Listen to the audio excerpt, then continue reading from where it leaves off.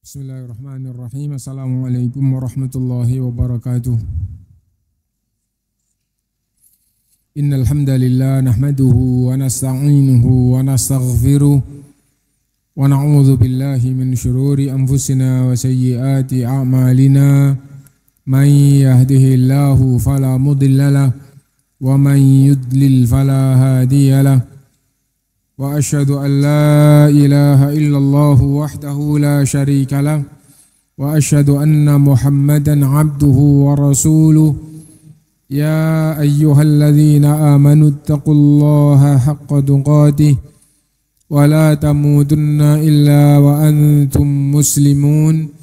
Ya ayyuhan nasu taqu rabbakumul ladzi khalaqakum min nafsin wahidah wa khalaqa minha zawjaha wa batha minhuma rijalan katsiran wa nisaa'a wattaqullaha alladzi tasaaluna bihi wal arham innallaha kana 'alaikum raqiba.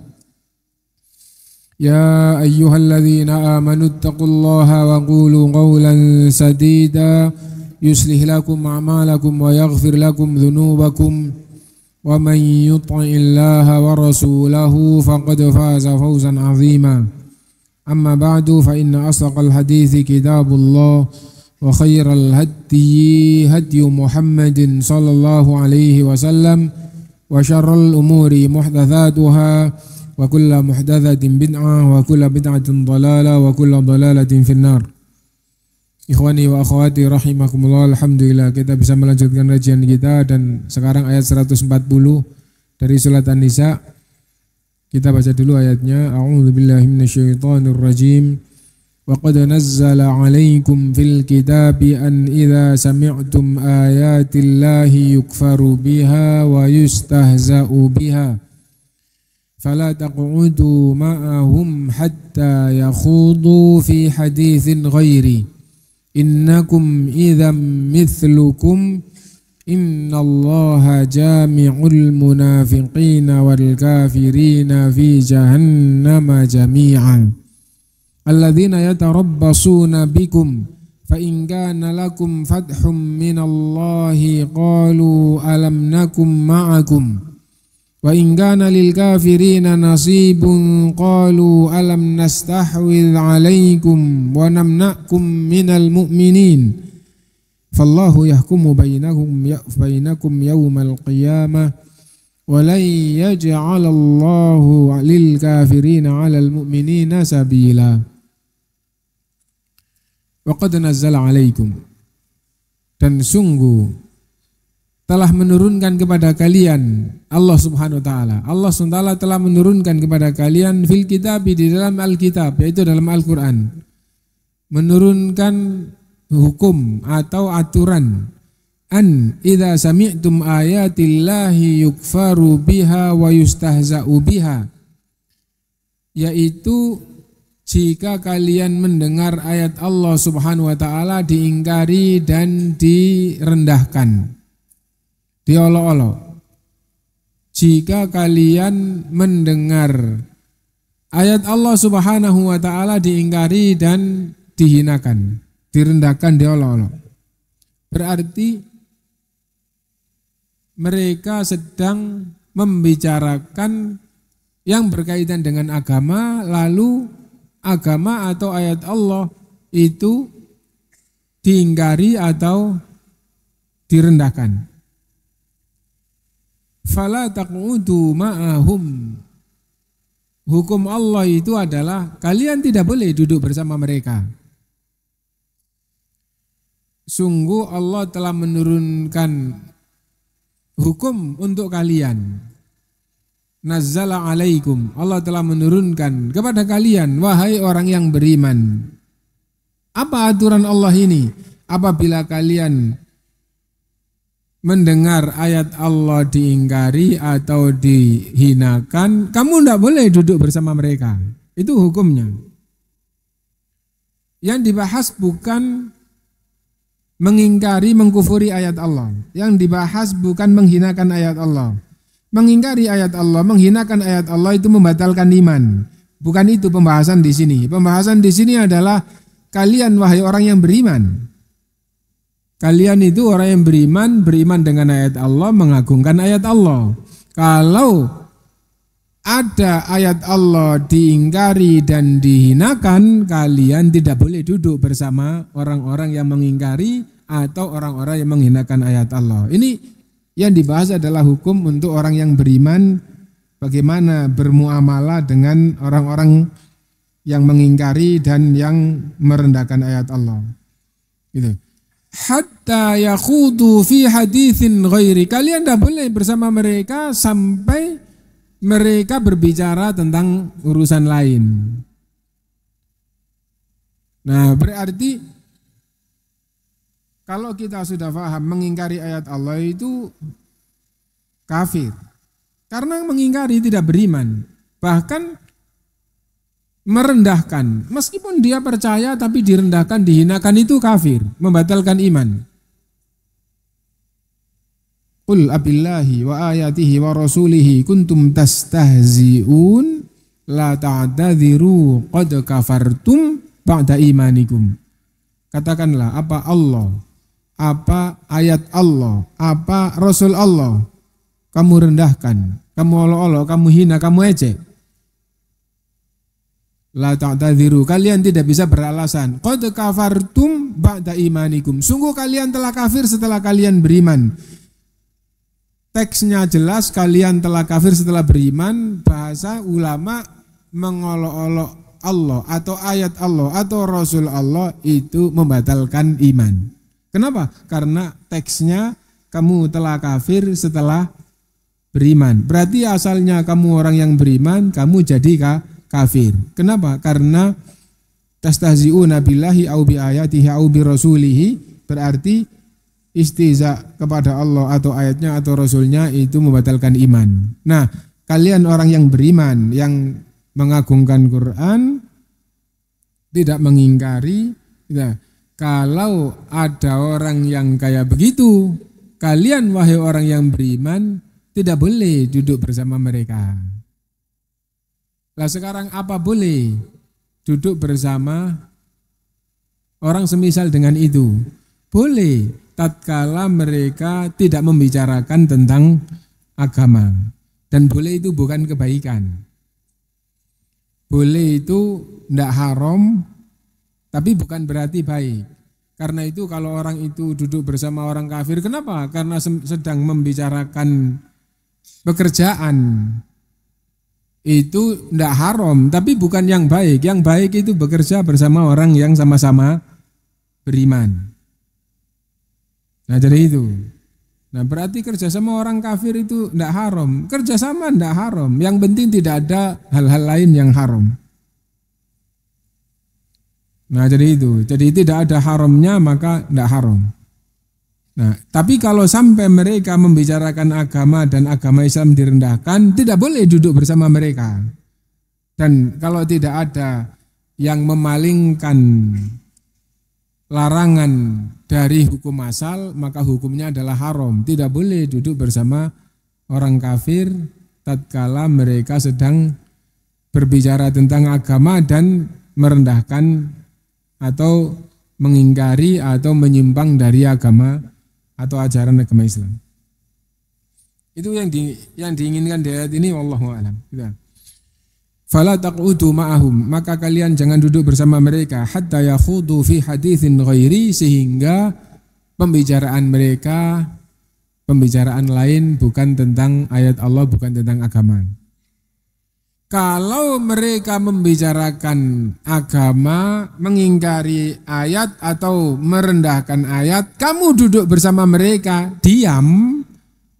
Innakum idzam mithlukum, berarti kalian seperti mereka.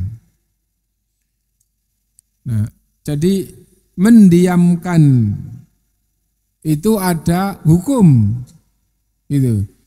Bagaimana kalau mengingkari dengan hati? Berarti tetap ada ingkar. Dan apabila bisa pergi, tidak pergi, maka dari sisi mengingkari itu sudah menunjukkan imannya. Tidak meninggalkan tempat itu dosa. Karena itu tidak boleh duduk bersama orang yang sedang mengingkari ajaran Islam atau bertentangan dengan ajaran Islam. Duduknya bersama mereka ini itu hukumnya haram. Nah jadi itu. Nah kalau hatinya faham tidak mengingkari, innakum idzam mithlukum. Berarti kalian seperti mereka. Jadi hukumnya beda-beda.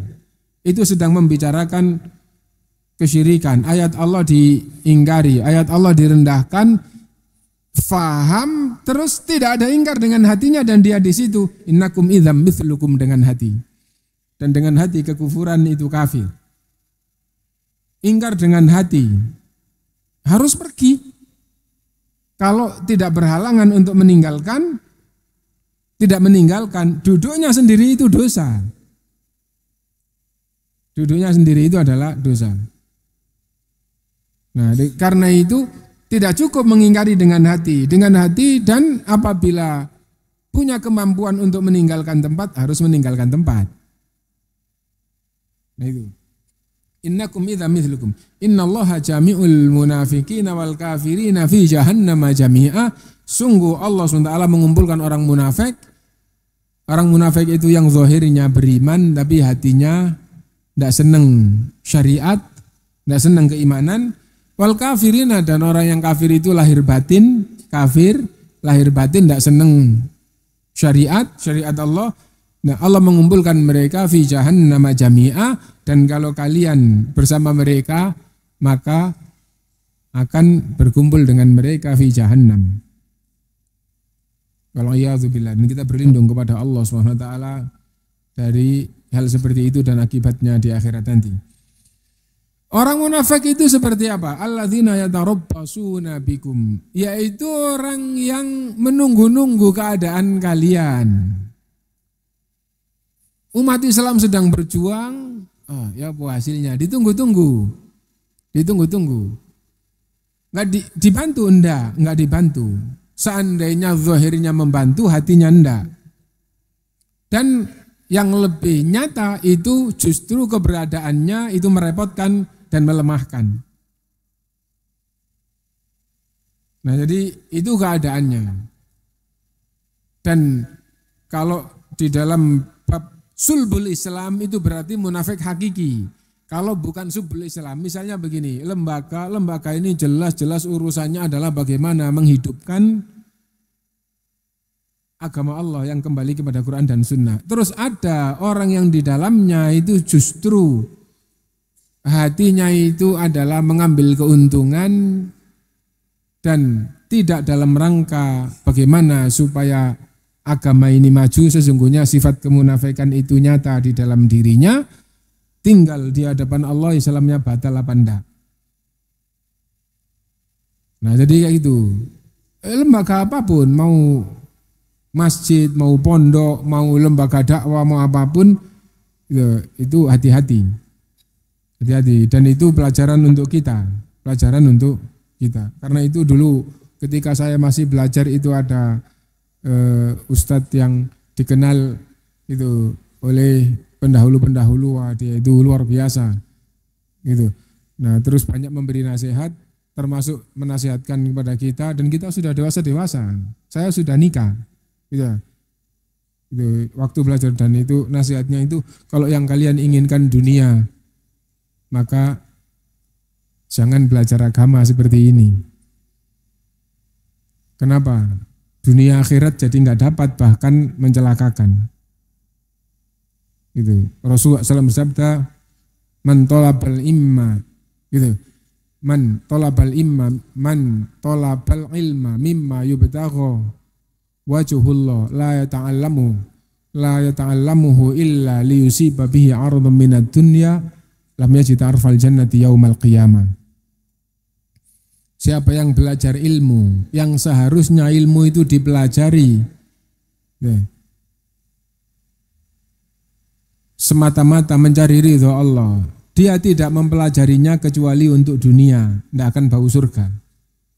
Berarti belajar agama tujuannya tidak untuk mencari ridho Allah, tapi untuk dunia itu diancam tidak bau surga.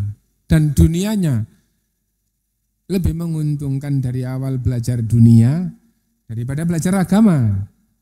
Antum belajar IT misalnya begitu ya, nanti begitu sarjana apa? Sarjana ilmu teknologi itu digunakan untuk mencari kerja, nanti dapatnya dunia.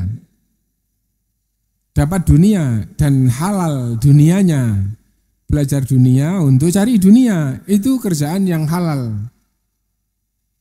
Antum belajar agama untuk dunia, malah celaka. Nah, tapi juga dinasihatkan karena sudah di majelis belajar agama, ikhlaskan di dalam belajar agama, insya Allah gitu, dengan petunjuk-petunjuk janji Allah SWT, dunia itu akan ikut.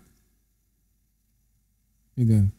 Nah, hanya saja jangan berpikir seperti orang-orang yang hidupnya adalah untuk mencari dunia.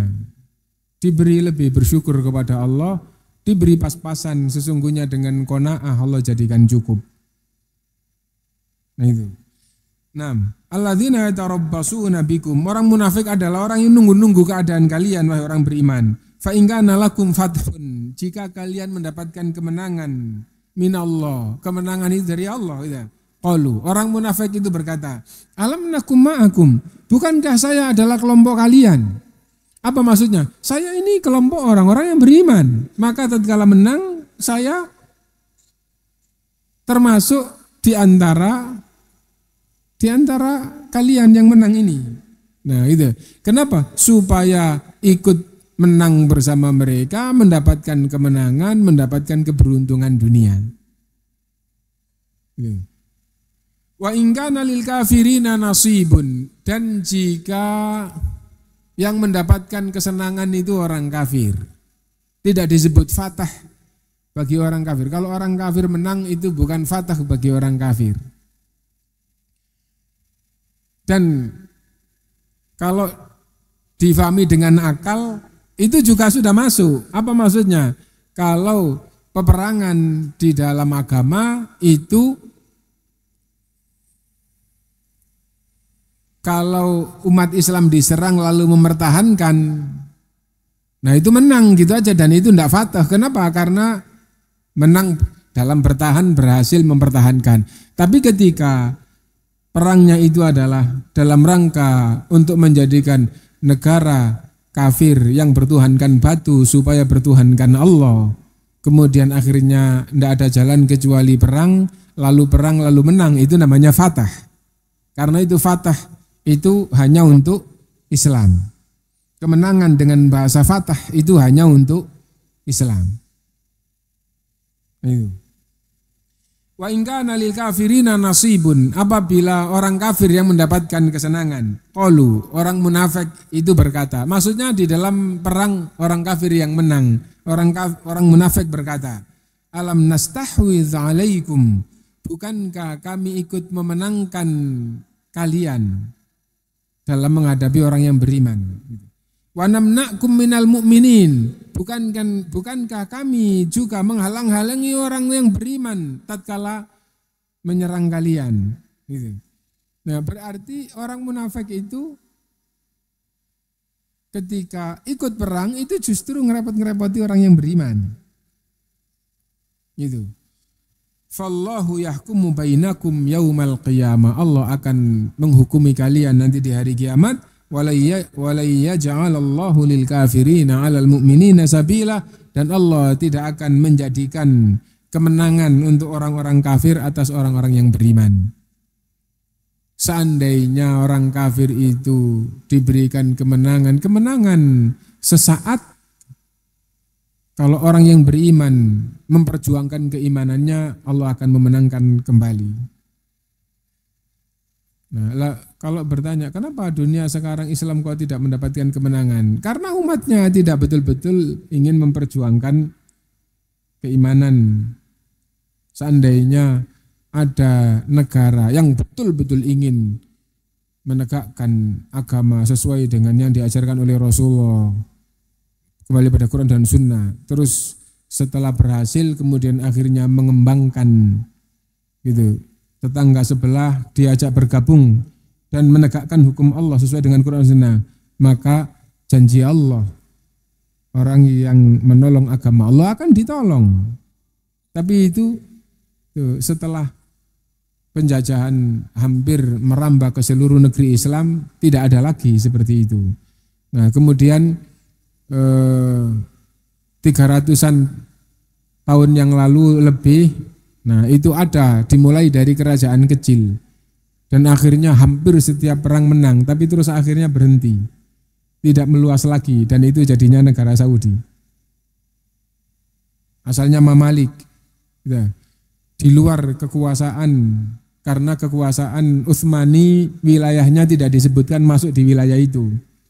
Jadi seolah-olah itu tidak ada yang ngurusi, dan ketika perang antar kerajaan kecil itu juga tidak diurusi oleh Khilafah Utsmaniyah. Apapun alasannya, meskipun waktu itu juga pasukan salib atau orang-orang kafir yang bersekutu juga sedang berhadapan. Nah ini kerajaan kecil sedang perang, dan itu setelah dakwah tauhid terusir dari 6 kerajaan kecil, terus akhirnya masuk ke kerajaannya Saud. Terus akhirnya diterima dakwahnya dan bergabung, terus akhirnya atas dasar agama ini kemudian dikembangkan.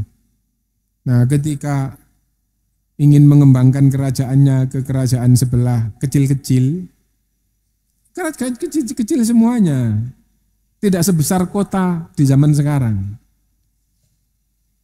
Nah jadi itu. Nah ada yang mau langsung gabung, yang tidak mau terus akhirnya perang. Ketika perang diberikan oleh Allah kemenangan. Kenapa? Karena tujuannya bukan untuk menang, tapi tujuannya adalah untuk agama. Ditolong oleh Allah SWT. Nah jadi itu. Nah dan setelah itu negara tambah itu berkembang dan akhirnya jadi negara sendiri-sendiri seperti itu, dan sampai sekarang tidak ada lagi kelihatannya yang seperti itu. Karena apa? Karena meskipun negara kecil, kalau sudah diakui dunia merdeka, maka kalau ada apa-apa itu dunia seperti ikut campur semuanya. Nah jadi itu, gampangnya begini, seandainya kalau antum lihat Indonesia ini negara besar gitu, negara besar, dan nempel dengan Indonesia ada negara kecil, Malaysia, Brunei itu kecil. Itu kalau kekuatan Indonesia secara akal saja gitu, keluar terus membanjiri Malaysia atau Brunei, sudah tergilas semuanya menurut akal gitu saja. Tapi kenapa tidak bisa begitu? Malaysia sudah merdeka, Brunei sudah merdeka, kalau sampai diganggu negara lain, dunia akan hadir semuanya. Nah sudah kayak gitu sekarang, maksudnya dunia itu seperti itu. Nah karena itu wallahu alam, kalau zamannya tidak berubah, tidak ada lagi. Gitu. Seandainya ada yang misa-misa merdeka-merdeka, ya seperti Timur Timur pisah dari Indonesia akhirnya jadi negara sendiri. Begitu sudah di negara sendiri, diganggu negara lain, maka dunia akan hadir. Kecuali apabila negara besar itu ikut berperan, yang lainnya enggak berani. Contohnya seperti Israel atau Zionis. Nah, jadi negara lain sepertinya tidak berani, itu beda lagi. Nah karena itu kalau gitu berarti dakwah Islam itu bagaimana? Kembali kepada awal seperti masuknya Islam ke Indonesia, tidak dengan perang, dengan dakwah saja. Sekarang datang ke Malaysia menyampaikan agama boleh, negaranya sudah begitu. Di zaman kerajaan dulu tidak bisa. Di zaman Nabi SAW, pimpinan negaranya disurati oleh Rasulullah SAW. Ya, agar masuk Islam dan menjadikan negaranya negara Islam. Tidak mau damai. Gitu. Damai. Ketika Islam sudah kuat dan mulai berkembang, nggak mau damai. Tapi Islam tetap berusaha masuk 1-2 orang untuk menyampaikan agamanya. Kalau sedang kayak gitu Damai dengan kayak itu tidak boleh. Loh, kalau Islam tidak boleh masuk dan ini sedang mau mendakwahkan atau mau menyampaikan Islam kepada umat, kalau tidak boleh kalau gitu perang. Setelah perang bukan semata-mata untuk menang, tapi untuk mengajarkan bahwa siapa yang mau belajar agama Islam diajarin, yang mau masuk Islam, Islam, dan mereka tidak dipaksa untuk masuk Islam. Mereka tidak. Nah, sekarang tidak pakai perang. Antum dari Indonesia ke Malaysia, di Malaysia sholat di masjid terus ada orang menyampaikan ayat, tidak dilarang. Tidak dilarang sekarang. Antum datang kemana tidak dilarang seperti itu. Nah karena itu kalau keadaannya tidak berubah, tidak ada perang atas nama agama di zaman sekarang. Nah jadi kayak gitu, kecuali apabila ada keadaan tertentu. Nah lo itu perang apa perang? Gitu. Nah, misalnya terjadi peperangan perang itu yang zahir adalah rebutan wilayah. Nah jadi itu. Nah berarti kalau gitu sekarang itu masanya adalah dakwah. Nah kita kembali. Bayyanallahu subhanahu wa ta'ala fima anzala alaikum. Allah SWT menjelaskan pada kitab yang Allah turunkan pada kalian yaitu Al-Quran. Hukmuhu syar'i inda hudhuri majalisil kufri wal ma'asi. Hukum agama menghadiri majelis kekafiran dan kemaksiatan. Diperhatikan ya. Hukum syariat menghadiri majelis kekufuran dan kemaksiatan. Majelis kekufuran, majelis kesyirikan sama. Majelis kemaksiatan ini bukan kekufuran tapi kemaksiatan. Nah, menghadiri majelis kekufuran dan kemaksiatan hukumnya bagaimana?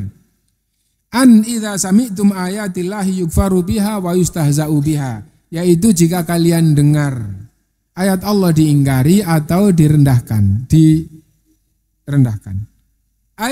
Yustahanu biha, maknanya merendahkan dan menghinakan ayat Allah. Wadzalika annal wajiba ala kulli mukallafin fi ayatillahi al-imanu biha, karena orang Islam yang sudah baligh itu terhadap ayat Allah harus beriman. Wa ta'zimuha wa ijlaluha wa tafkhimuha. Orang Islam yang sudah baligh harus mengagungkan, memuliakan, membesarkan ayat Allah SWT, menjunjung, memuliakan ayat Allah SWT. Ada faedah, Al-Quran itu tidak boleh ditaruh sembarangan. Kenapa? Itu namanya tidak memuliakan. Gitu. Jadi Al-Quran ditaruh sembarangan, tidak boleh. Jangankan Al-Quran, di kalangan ulama itu bukunya ulama, maksudnya kitab ulama itu adalah agama Allah SWT. Tidak boleh ditaruh yang gampangannya itu mengandung makna tidak adab. Nah, wa hadza huwal maqsudu bi inzaliha, dan salah satu maksud diturunkannya Al-Quran itu adalah untuk diimani, untuk diagungkan. Nah, Al-Quran diturunkan yang disebutkan dalam pelajaran usul itu diturunkan untuk 3 hal, untuk meskipun tidak urut ya, dibaca, difahami, dan diamalkan. Nah, kalau faham, pemahamannya masuk, pasti orang yang berakal, fitrahnya tidak tertutup, akan meyakini bahwa itu benar. Nah, kalau faham dan membenarkan, nah itu namanya iman. Jadi iman itu apa? Iman itu ilmu yang sudah merasuk ke dalam jiwa dan jiwanya mengakui dan mengikuti. Itu berarti beriman. Adapun ilmu yang sudah masuk tapi jiwanya tidak mau ikut, nah itu maklumat yang tidak masuk. Seperti orang kafir faham ayat Allah tapi tidak mau ngikut. Maksudnya orang kafir di zaman Nabi SAW. Tatkala dibacakan ayat, faham. Tatkala diingatkan dengan bahasa pertanyaan tentang sesembahannya, mereka mengakui bahwa itu bukan sesembahan. Kisah Nabi terdahulu juga kayak itu. Hal yasma'unakum idh tad'un aw yanfa'unakum aw yadurrun. Nabi Ibrahim alaihissalatu wassalam ketika berhadapan dengan penyembah berhala. Apakah mendengar yang kalian sembah itu tatkala kalian berdoa kepadanya? Dan makna mendengar di dalam doa yang lebih mendalam adalah apakah bisa mengabulkan. Karena mendengar doamu didengar maksudnya adalah dikabulkan. Hal yasma'unakum ita'un au yanfa'unakum au yadurun, atau kalau kamu berdoa kepadanya bisa memberimu manfaat, atau kalau kamu tidak berdoa kepadanya dia memadorotkanmu. Mereka langsung paham bahwa enggak, tapi mereka akhirnya beralih yang namanya haida. Apa? Jawabnya tidak sesuai dengan pembicaraan. Gitu. Mereka mengatakan bapak-bapak kami melakukan seperti ini. Yang dibicarakan bukan bapakmu begitu apa enggak begitu, tapi kamu berdoa ke berhala itu, berhalanya mendengar apa enggak. Nah, kembali itu. Bahwa kewajiban orang yang beriman adalah terhadap Al-Quran adalah beriman kepada ayat Allah, mengagungkan ayat Allah. Wa dziddu ta'zimiha al-istihza'u biha, dan lawannya mengagungkan, memuliakan adalah istihza, mengolok-olok atau merendahkan gitu. Wahtiqaruha, menghinakan. Wa yadkhulu fi dzalika mujadalatul kuffari wal munafiqina li ibtali ayatillahi wa nasri kufrihim. Masuk di dalam pembahasan ini adalah orang kafir, orang munafik yang berdebat atau berdiskusi dalam rangka membatalkan atau merendahkan Quran atau ayat Allah, itu masuk. Kamu tidak boleh duduk bersama mereka. Oh, itu ada seminar, oh ada diskusi. Diskusinya apa? Diskusinya ayat masalah waris ini diterima apa enggak? Ya, misalnya seperti itu. Kenapa? Karena ini, atau yang intinya bahwa di dalam Al-Quran yang ayat yang kayak gini diterima apa enggak, jilbab itu diterima apa enggak, didiskusikan. Enggak boleh ikut duduk di situ. Bagaimana ayat Allah kok diterima apa enggak? Ayat Allah itu tidak boleh dimusyawarahkan, tidak boleh didebatkan.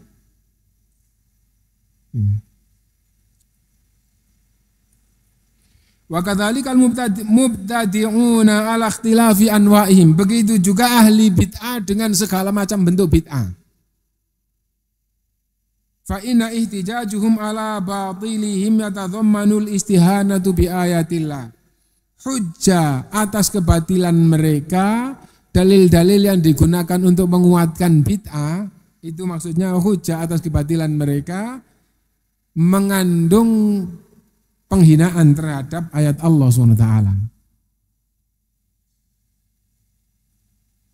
Nah itu, ayat Allah sudah sempurna. Kalau mereka berusaha menguatkan yang tidak ada di dalam ajaran agama jadi ada, itu berarti ayat Allah yang sempurna tadi itu menjadi tidak bermakna atau menjadi rendah nilainya. Padahal ayat Allah sudah sempurna. Diperintah ikut, taat dan ikut, buat-buat sendiri, itu berarti perintah ayat untuk ikut itu menjadi rendah nilainya. Nah karena itu ketika sedang membicarakan begitu, fala taqudu ma'ahum, kalian tidak boleh duduk bersama mereka. Generasi salaf sangat tegas di dalam masalah ini. Li'annaha la tadullu illa ala haq, karena ayat Allah itu tidak menunjukkan kecuali kebenaran. Lah kalau sudah pasti kandungan ayat itu benar, maka tidak pakai dibahas ini benar, kita harus terima. Nah jadi itu. Wala tastalzimu illa sidqa, dan ayat itu tidak menuntut atau mengharuskan apapun kecuali kebenaran. Bal wa kadzalika yadkhulu fihi khudhuru majalisil ma'asi wal fusuq. Bahkan masuk di dalam ayat ini majelis yang membicarakan kefasikan. Enggak boleh ikut di situ. Misalnya begini, rapat apa? Untuk merayakan hari besar ini nanti ngundang konser. Setuju apa enggak? Terus kalau konser biayanya bagaimana? Enggak boleh ikut bermajelis di situ, membicarakan. Atau mungkin bukan konser, yang di banyak itu kota dan 1-2 desa ada yang ikut. Gitu. Oh ini kan hari besar, tasyakuran, kegiatannya apa saja, lomba joget. Enggak boleh ikut rapat. Fala taqudu ma'ahum hatta yakhudu fi haditsin ghairi. Nah jadi kayak gitu. Hari apapun itu, gitu. Kenapa? Karena mereka majelisnya sedang membicarakan kefasikan dan kemaksiatan. Allati yustahanu fiha bi awamirillahi wa nawahi. Sesungguhnya semua itu, pembicaraan semua itu menghinakan perintah Allah, menghinakan larangan Allah. Nah, perintah Allah tidak diindahkan berarti direndahkan. Larangan Allah tidak diperhatikan itu berarti direndahkan. Wa taqtahimu hududahu allati haddaha li ibadihi. Melanggar batasan Allah yang Allah tetapkan sebagai batas untuk hambanya. Wa muntaha hadzan nahyu huwal qu'udu ma'ahum. Itu. Larangan ini dilarang apa? Dilarang duduk bersama mereka. Duduknya saja itu enggak boleh. Tadi itu kita katakan, kalau yang dibicarakan itu adalah kesyirikan, merencanakan kesyirikan. Faham keberadaannya di situ, terus hatinya faham tapi tidak ingkar. Hatinya tidak ingkar, maka dia jadi kafir. Allah Maha tahu. Tapi kalau ingkar dengan hati, dia pergi, enggak ada masalah. Enggak pergi, duduknya di situ itu dosa. Dan masuk di dalam pembicaraannya kefasikan dan kemaksiatan. Yang dibicarakan kemaksiatan. Di situ hatinya enggak ingkar, maka hukumnya kamu ikut maksiat. Kenapa? Kamu juga ada di situ, kamu faham dan kamu tidak mengingkari dengan hati. Dengan hati mengingkari, kamu harus pergi. Kalau tidak darurat, maksudnya apa? Pergi tidak menjadikan gitu keadaannya, artinya punya kemampuan untuk pergi. Kamu tidak pergi, duduknya di situ, meskipun ingkar dengan hati, duduknya di situ itu haram. Rapat yang dibicarakan yang haram.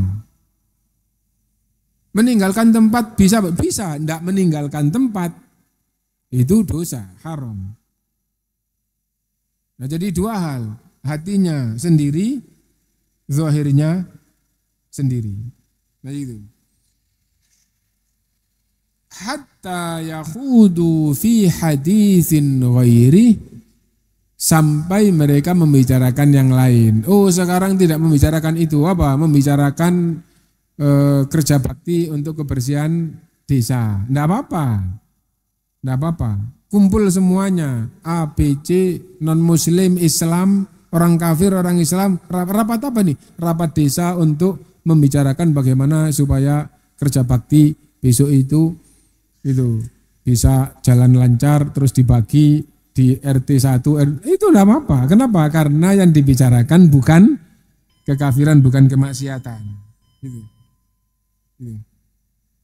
Ai ghairul kufri bi ayatillahi wal istihza'i biha, tidak mengandung kekufuran dan merendahkan ayat Allah Subhanahu wa taala. Nah, kalau sampai tidak gitu, innakum idzam mithlukum. Insyaallah akan kita baca kelanjutan tafsirnya.